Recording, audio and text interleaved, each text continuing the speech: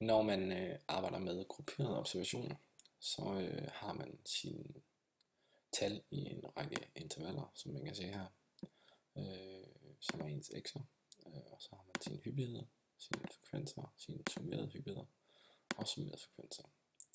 Hernede har jeg lavet en, der er fuldstændig magen til, lige med undtagelse af det her interval er dobbelt stort som de andre, og så er der kommet et ekstra interval på, men ellers er dataen det samme, og det er fordi, at når vi skal lave histogrammer over grupperede observationer, så har det betydning, hvorvidt intervallerne er lige store alle sammen, eller om der er en, der er større end de andre. Og det viser jeg lige i sidste video.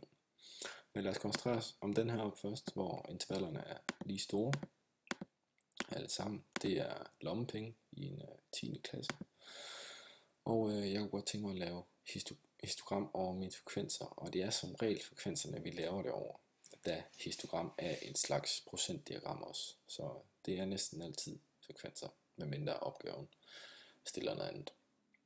Det man gør, det er meget simpelt. Man markerer sine frekvenser, så kommer man op i det, der hedder enkeltvariabel analyse.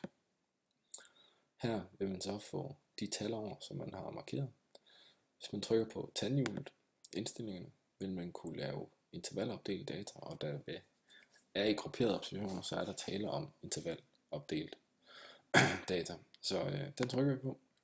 Så ryger den væk, men i og med at vi har markeret herinde, så kan vi trykke på hånden her, så kommer den over igen. Men intervallerne er ikke blevet det rigtige, så dem skal jeg lige have lavet om. De skal starte med 0, og så skal jeg have dem med en bredde på 200. Og når man så lige har trykket enter, efter at have trykket 200 ind, så kommer intervallerne som det rigtige. Så trykker man på analysere, og så får man sit histogram i en dataanalyse. Der er et par funktioner her, hvor man kan trykke på sum x-tegn, og så får man nogle tal frem. Blandt andet hvor mange der er med i den her, og middeltal og så videre.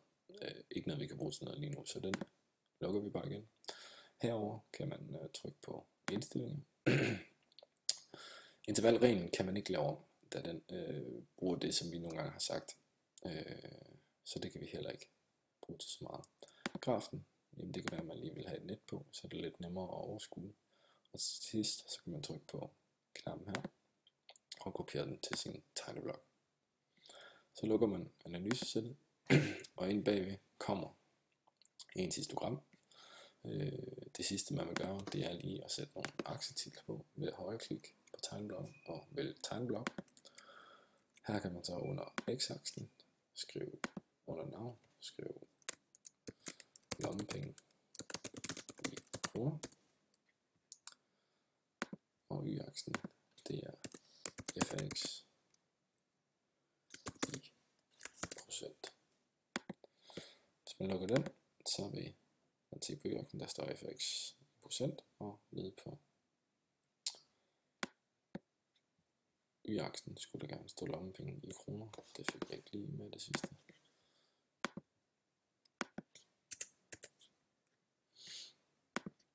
Så driller den lidt, men den står der.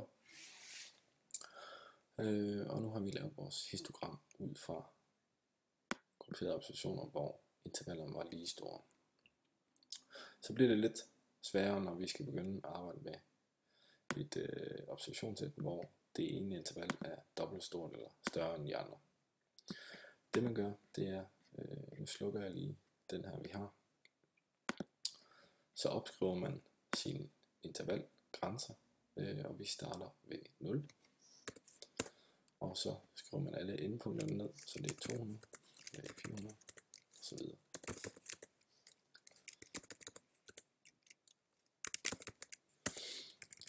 Så skal jeg have mine frekvenser herned,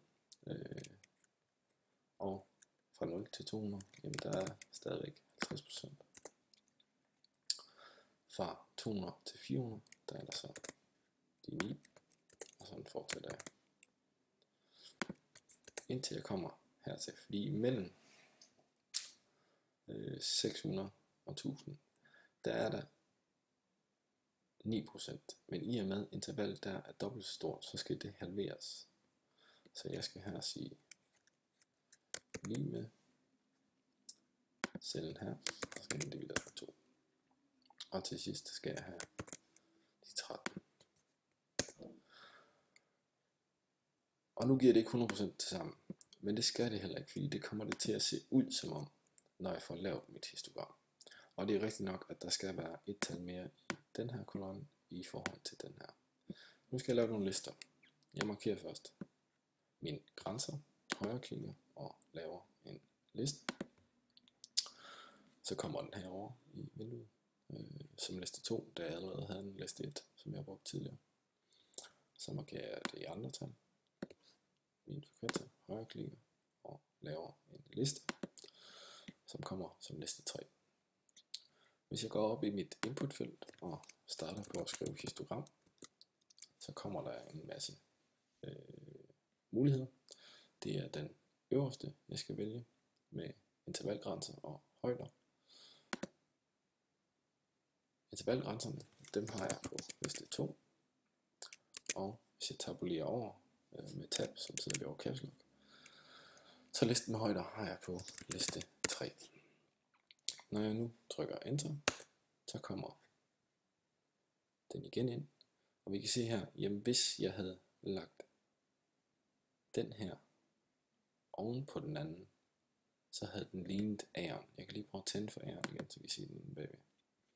Vi kan se, det stykke her, det sorte stykke herinde, hvis vi havde lagt det oven her på her, så havde den været lige stor, og så havde det givet 100% i alt, fordi det er et procentdiagram. Jeg slukker lige den anden bagved, og nu har vi igen histogrammet, som vi gerne vil have det, og taget højde for, at et af intervallerne var dobbelt så stort som de andre. Når det så begynder at blive nogle skæve tal, så bliver det lidt mere problematisk, men princippet er det samme.